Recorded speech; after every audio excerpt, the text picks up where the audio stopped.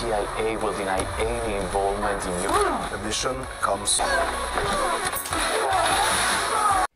Kinausap ni Timur si Clover na kahit patay na si Donato ay kailangan nilang ituloy ang kanilang mga buhay na hindi pwedeng tumigil ang kanilang mga operasyon kaya kailangan niyang umalis ng mga ilang araw dahil may aayusin siya dahil gusto niyang lumakas pa ang puwersa ng pamilya nila kaya inatasan niya si Clover na siya muna ang mangangasiwa at mamumuno. Narangako naman si Clover na gagawin niya lahat ng mga inutos ng tito niya. Kinwestiyon naman ni Max yung sinabi ni Greg na kayang gumawa ng paraan ni General Novilla na makakabalik sila sa serbisyo dahil imposible ang bagay na yun. Pinasigurado ni Greg na mangyayari yun dahil yun ang reward nila. Naalala naman ni JB ang mga masasakit na salita na binitawan ng daddy niya sa kanya na sinira niya ang pangalan niya sa serbisyo kung saan nakulong siya ng 7 taon kaya mula noon ay lumamig ang relasyon nilang mag-ama pero hindi alam ng daddy niya na namanan niya yung sakit ng mami niya na yun ang kinamatay niya noon. Maging si Max ay naalala niya kung bakit natanggal siya sa serbisyo dahil noong gabing may operasyon sila kung saan inutos ng head niya na kailangang mission abort dahil nalaman nilang ambush pala ang operasyon nila sa gabing yun ay hindi ito sumunod na kung saan giniit niya sa leader niya na hindi niya iiwan ang mga kasama niya dahil nasa loob na yung boyfriend niya at nakikipaglaban sa mga kalaban nila.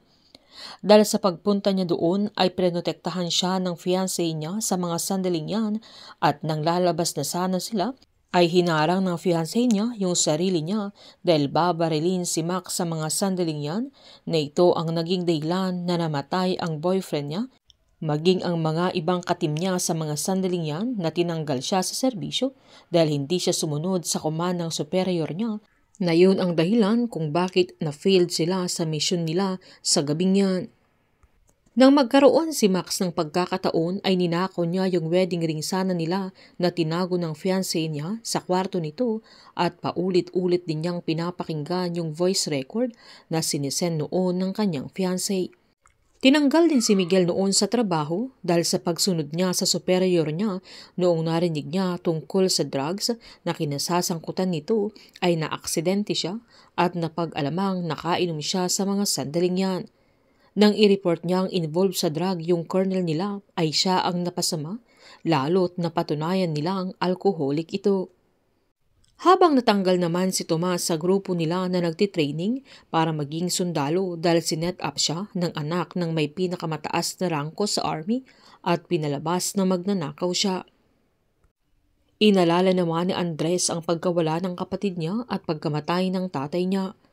Pinaliwanag ni Greg na mabubura lahat ng mga records nila at kapag tinanggap nila yung kontrata ay wala nang aatras.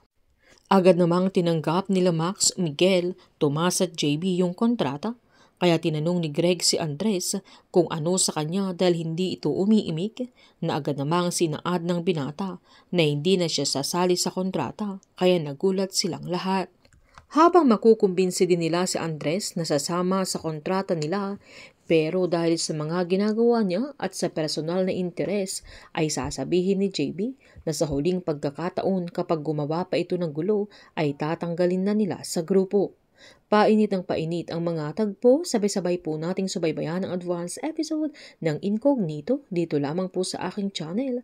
Patuloy lamang po manood at mag-subscribe para ma-update po kayo sa mga susunod na episode. Marami pong salamat.